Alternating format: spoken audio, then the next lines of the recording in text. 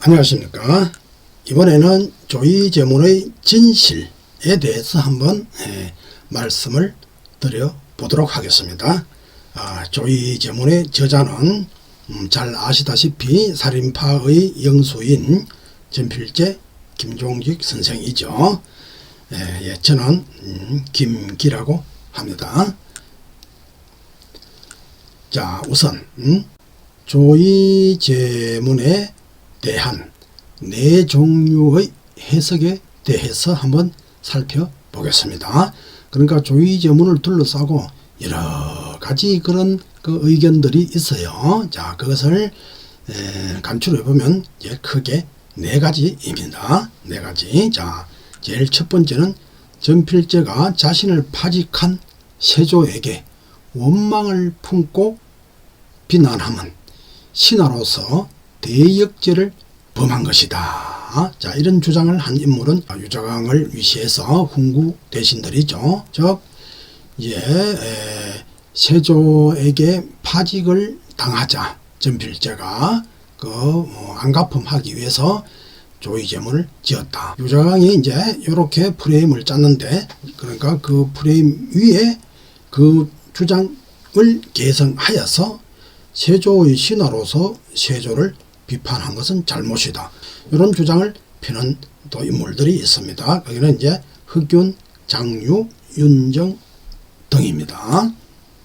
자, 세 번째로는 세조의 등극을 비판한 글을 짓고 세조 조정에 출사한 것은 잘못이다.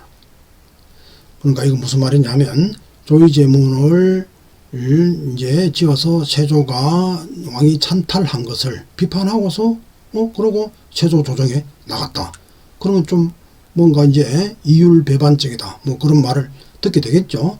그런데 이것은 사실 잘못 알고 있는 겁니다.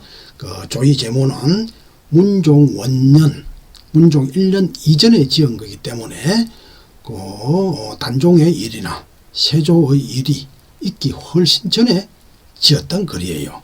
그러니까 조이제문에 세조의 일이나 단종의 일이 담길 그런 일이 없죠. 그게 불가능하죠. 시점을 거꾸로 돌려야 하니까. 자, 그리고 왕위를 찬탈한 세조를 비판한 글을 지은 것은 절이 정신의 발로이다. 이것은 위의 세 개는 전필제에게 부정적인 영향 이미지를 심어줬고, 이 네 번째 절이 정신의 발로다 라고 하는 것은 긍정적인 그런 이미지를 전필제에게 주었는데, 이것도 마찬가지입니다. 이 조이제문은 세조를 빗대어 말한 글이 아니에요. 그 전에 지은 글이기 때문에. 그래서 이것을 가지고서 세조를 비판했다고 해서 절이 정신의 발로다 이렇게 표현하는 것은 또 잘못된 것이다. 그냥 일반적으로 군신의 윤리를 말했기 때문에 절이 정신의 발로다, 이건 맞는 말이죠. 그런데 굳이 세조를 지칭해서 그렇게 말하는 것은 그것은 맞지가 않다 이거죠. 자, 이러한 설이 분분한데, 자, 그러면 이것을 다 일거에 이거 바로 잡을 수 있는 키워드가 뭐냐면 바로 조이제문이 지어진 시점, 그것을 밝히는 데 있습니다. 자, 이 네 종류의 해석은 모두 사실과는 다릅니다. 조이제문을 둘러싸고 지금까지 무수한 인물들이 무수한 평을 하였죠. 그러나 그것은 모두 조이제문의 창작 시점을 잘못 알고서 진행한 것이죠. 그렇기 때문에 위에서 말한 이 네 종류의 평들은 전혀 의미가 없는 것입니다. 자, 그렇게 본다면 현재 역사가 아주 심하게 왜곡되었다, 그렇게 볼 수도 있겠죠. 자, 두 번째는 조이제문의 함정. 그러면 조이제문이 어떻게 전필제를 함정에 빠뜨렸느냐, 즉 무오사화의 빌미가 되었느냐, 이 말입니다. 자, 유자강 등의 훈구파들은 세조 9년 33세 전필제가 이때 사헌부 감찰을 맡고 있었어요. 자, 이때 세조가 문신들에게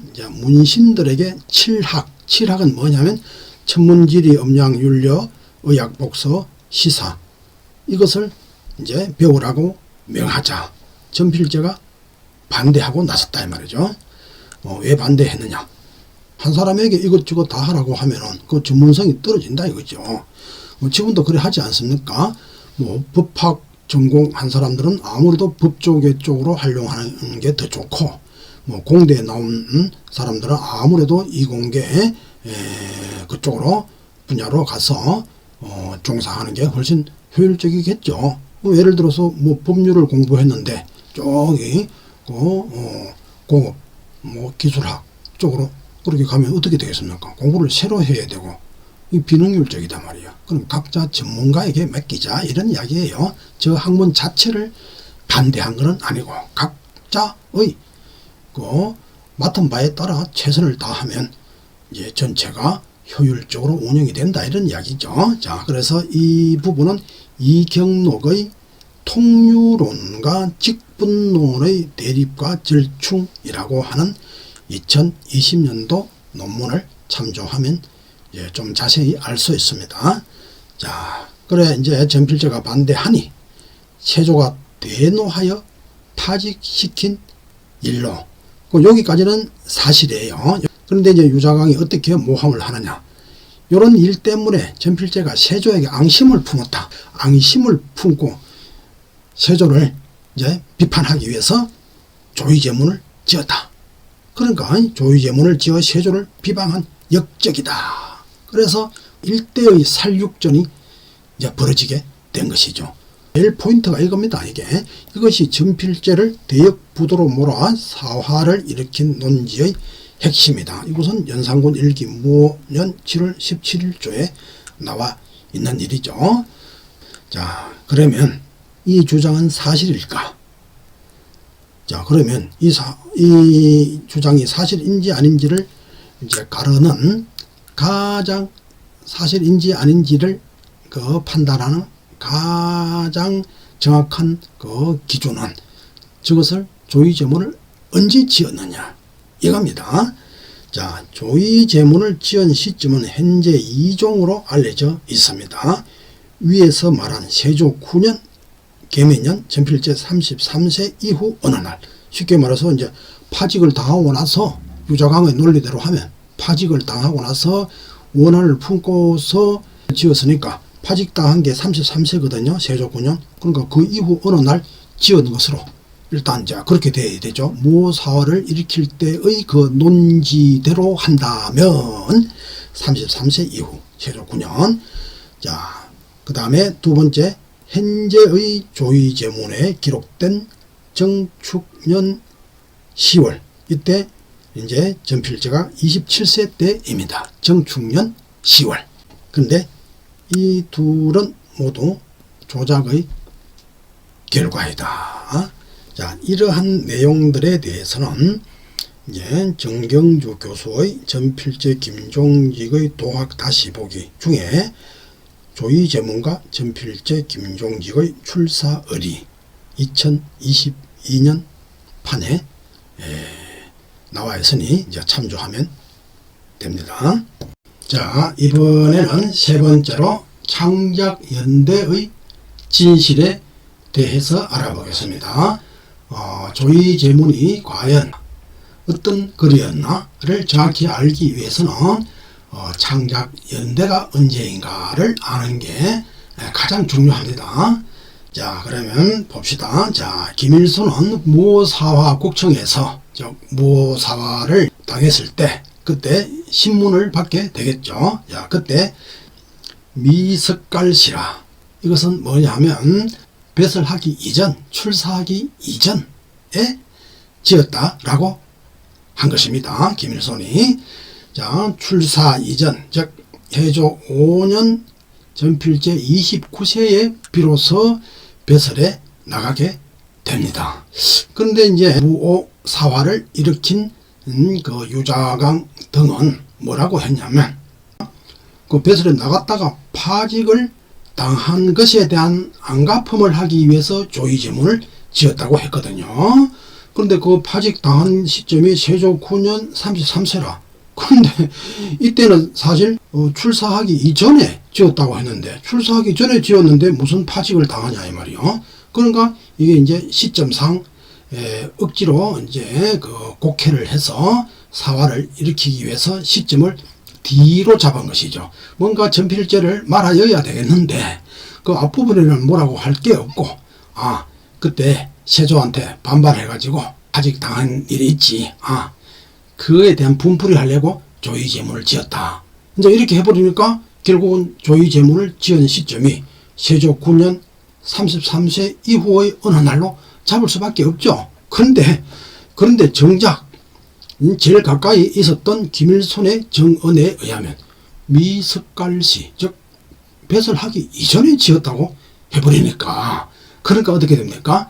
그 사화를, 무오사화를 일으키기 위해서 이제 그 꾸민 그 사람들의 그 논리는 모두 다 이제 거짓말이 되어버리죠. 실제로 거짓이죠. 이때 세조 9년 33세 파직을 당했다고 해서 그거 안갚음하기 위해서 조의제문을 지은 것은 아닙니다. 아예 출사하기 이전에 지었다고 했거든요. 출사하기 이전에. 세조 5년 29세 이전에. 자, 그래 연산군 일기에 보면은 연산 4년 7월 13일조에 종직이 미석갈시에, 즉 등과해서 출사하기 그 이전에 일찍이 꿈에 감흥하여, 이렇게 이제 그 시점에 대해서 정언을 하거든요. 자, 그러면 이 실록에 나오는 내용이 이제 신빙성이 있는 것이죠. 후세에 사람들이 일을 일으키기 위해서 꾸며놓은 그 시점보다는, 그럼 실록을 믿지 않으면 어떡합니까? 실록이 1차적인 이제 자료가 되는 것이죠. 자, 실록에 이렇게 기록이 되어 있습니다. 미석갈시, 즉 배설하기 훨씬 이전에 지었다. 자, 그 다음에 또 창작연대에 대해서 결정적인 또 정언이 있습니다.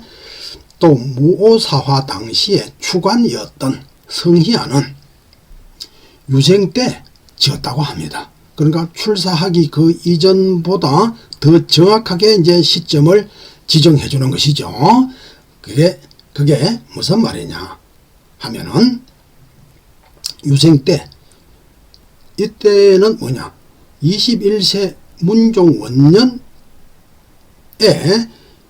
문종원년에 영산훈도가 되기 그 이전에 지었다. 즉 영산훈도는 창녕군에 있는 그 영산 향교의 훈도는 하나의 이제 지금으로 보면 뭐 배설은 아니고 가르치는, 유생들을 가르치는 사람이 되었다. 유생들을 가르치는 신분이 되었다. 그러니까 훈도가 되기 이전이 유생이었죠. 그러면 21세 이전이 되는 것이죠. 21세 이전에 조의제문을 지은 것이 된다, 이 이야기죠. 그러니까 이 성희안은 그 본관이 창녕으로, 창녕에 그 있는 그 영산 그 향교의 일을 다른 사람보다 더 잘 알 수 있겠죠. 거기가 이제 고향이고 이제 뭔가 인맥이 다 있고 소식이 이제 전해지고 하는 그런 지역이다 이 말이죠. 그러니까 성희안은 그것을 알기 때문에 유생 때, 즉 21세 문종원년 영산훈도가 되기 이전에, 영산훈도가 되어버리면 이미 교사가 되었죠. 그러니까 그 교사가 되기 이전이다 이 말이죠. 자, 그에 대한 정언을 봅시다. 중종실록 중종 2년 2월 26일에 영사 성희안이 아뢰기를 무년의 일은 신이 진작 아뢰려고 했으나 사림이 지금도 두려워하고 있기 때문에 그것을 함부로 논하기 어렵지만, 그러나 그 전말을 끝내 숨기고 아뢰지 않을 수가 없습니다. 진실은 알려야 되겠습니다. 라고 하는 것이죠. 중종 의전에서. 자, 그때 추관은, 즉 무오사화 때의 그때의 추관은 모두 죽고 오직 유자관과 소신만 살아 있습니다. 그러면서 이제 하는 말이 뭐냐, 김종직이 유생 때 지었다고 했단 말이야.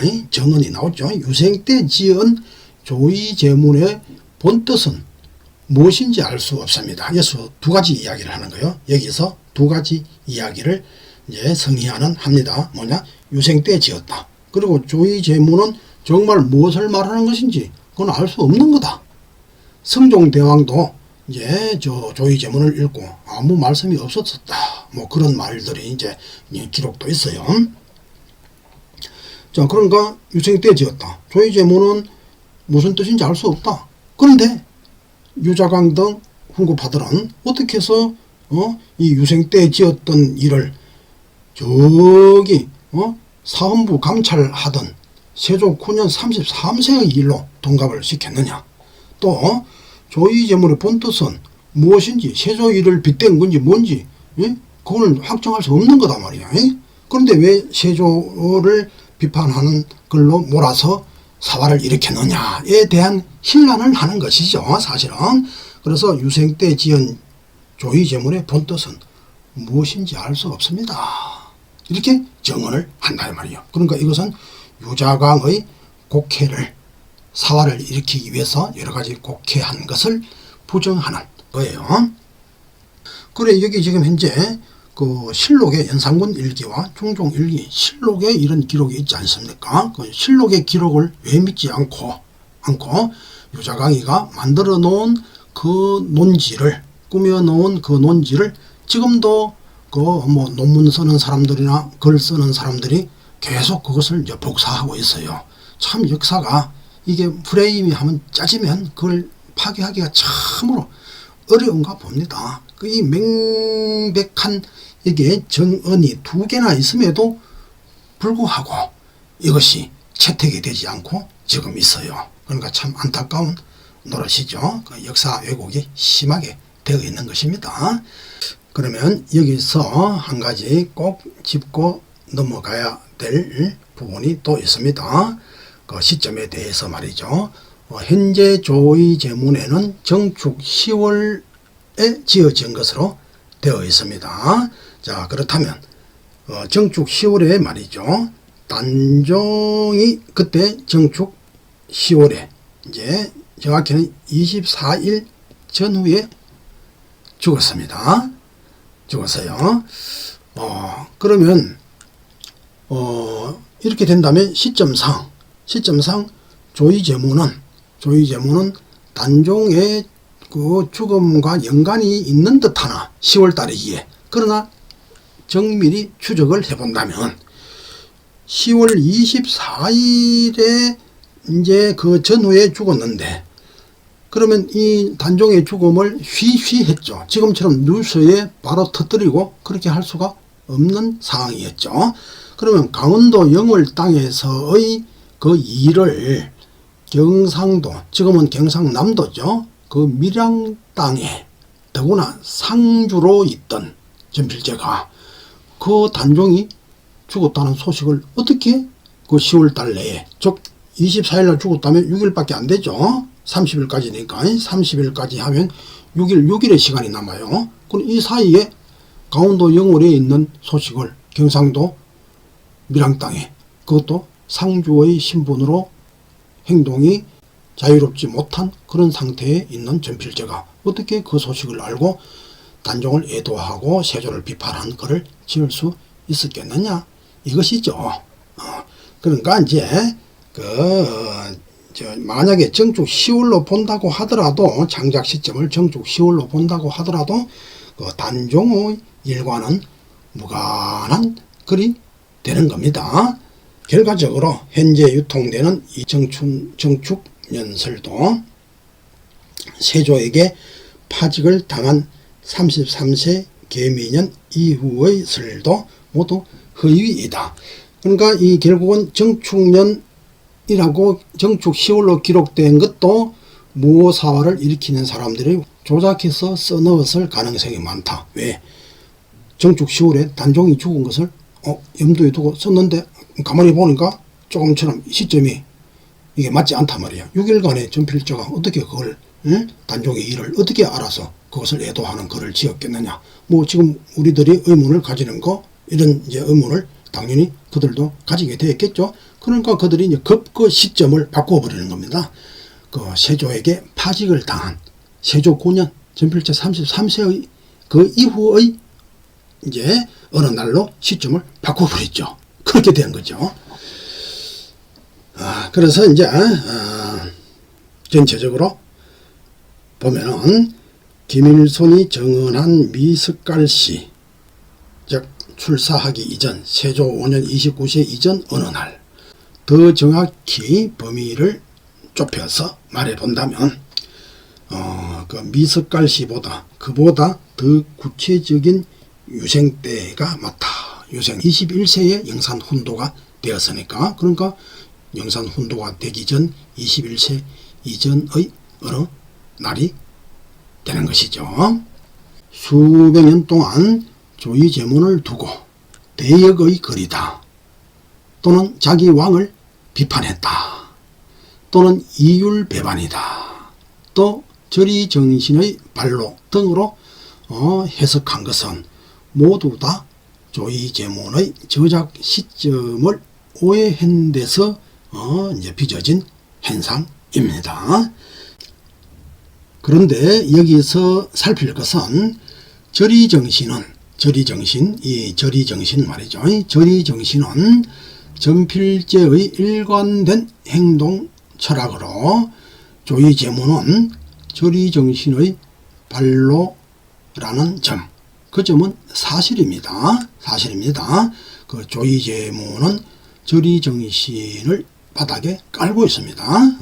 그래서 그것을 드러낸 게, 절의정신을 드러낸 게 조의제문이다 이것이죠.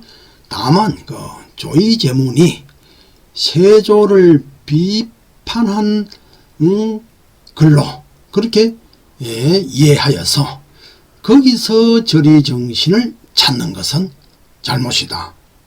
왜냐하면 조의제문은 단종과 세조의 일이 있기 이전 시점, 즉 유생 때 21세 문종 원년 이전에 지었기에 거기에 단종과 세조의 일을 반영시킬 수 없기 때문이죠. 그러니까 시점이 맞지 않죠. 그러니까 조의제문은 특정의 일을 비유한 것이 아니고, 세조 단종의 일을, 그런 일을 비유한 것이 아니고 일반적인 절의사상 또는 충절의식을 드러낸 글일 뿐이죠. 그러니까 조의제문은 절의정신 또는 충절의식을 드러낸 글이 맞아요. 그리고 여기서 한 가지 꼭 짚고 넘어가야 될 점이 있습니다. 그것은 뭐냐? 전필제는 세조조에 출사했지요.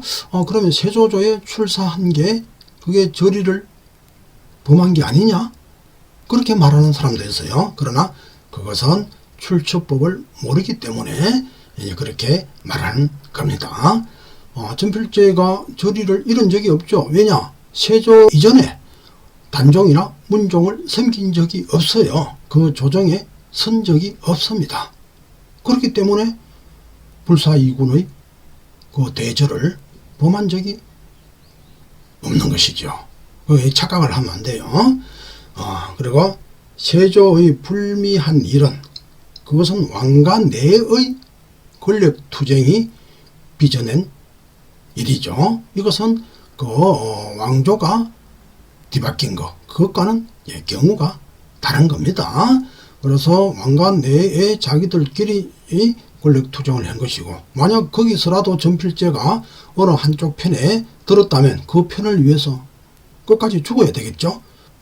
전필제는 어느 편에도 속한 적이 없죠. 아직 그 배설에 나오지 아니한 때입니다. 전필제가 출사할 당시의 세조는 말이죠. 그때 이미 세조 5년이죠. 음년이 조선의 왕입니다. 지금 민주주의 시대의 대통령하고는 그 위상이 달라요. 과거에는 절대적이고 그 왕이 죽을 때까지 왕을 하는 겁니다. 그러니까 지금의 또 잣대로 보는 것도 이제 알맞지는 않죠. 음년이 그 세조는 조선의 왕이었다. 만약에 말이요, 만약에 그 출사한 것이 의리에 어긋났다면 그 시대의 가장 그 수제급 그리고 강직한 그런 사람들이 왜 전필제 문화에 모였겠습니까? 만약에 저러한 절이상 문제가 있다면 모여들지 않았겠죠.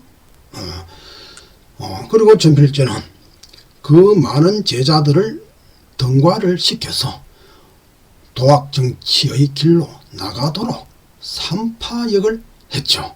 또 그 대신 세조나 훈구 대신들에게 물론 글을 지어주기도 했습니다. 그러나 같은 한 조정에 있는데 그거 어떡합니까? 그럼 거기서 진검성부 1대1로 해서 니 죽기 아니면 나 죽기 할까? 하면 전필제가 졌지. 100대1인데 싸움을 어떻게 이깁니까? 그렇지만 거기서 흔들리지 않고 세조나 훈구 대신에게 흡수당하지 않는 그런 지조를 보여 말하자면 사림의 영수로서의 역할을 하였죠. 그리고 이제 성종에게 성삼문을 충신이라고 해버렸어요. 충신이라고. 성종은 세조의 손자 아닙니까? 세조의 손자인 성종에게 그 세조에게 반기를 들었던 성삼문을 충신이라고 이제 임금 앞에 대놓고 이야기를 합니다. 하니까 성종이 얼굴이 이제 변색이 되었단 말이에요. 아주 노발대발하는 그런 기운을 폭발은 안 했지만 전필제를 그때 존중하니까 얼굴 색이 확 변했단 말이에요. 그러니까 전필제는 만약에 다시 변고가 있으면 저도 성삼문이 될 것입니다. 그렇게 하니 성종이 이제 그 낯빛을 풀었다고 하는 이야기가 결국 이의의 석담일기에 기록되어 있습니다. 그러면 뭡니까? 전필제는 그 성삼문은 자기 임금에게 충성을 다하고 전필제 자신은 또 자기 임금에게 충성을 다할 것이다 이거지. 그것이 왕조시대의 그 충의 정신이고 그게 바로 절의 정신이다 이 이야기죠. 자, 그래서 성종에게 성삼문을 충신이라 하고 자신도 그렇게 할 것이라 하여 각자의 임금에게 충의를 다해야 한다는 그런 절의 사상을 견지하고 살았죠. 전필제가 언제 변절을 했습니까? 그런 적 없죠. 그리고 거의 문학 작품 내에는 그 화도술주시 또는 홍련, 고시이수 등등 그 충절 의식에 대해서 또는 절의 사상에 대해서 그 써놓은 글들이 굉장히 많아요. 그리고 이것은 포원으로부터 야언 강호로부터 내려받은 하나의 그 도맥의 핵심 또 사상이기도 하고 전필제가 일찍이 그것을 저버린 적이 없죠. 자, 그러니까 절의 정신의 대표자라 전필제를 여전히 꼽을 수 있는 것이죠. 자, 이에 대해서는 김기의 전필제 김종직의 도학 다시 보기에 김종직에 대한 부정적 시각의 실체 및 도학 연구 2022년 본을 참조하시면 좀 더 자세히 알 수 있을 것입니다.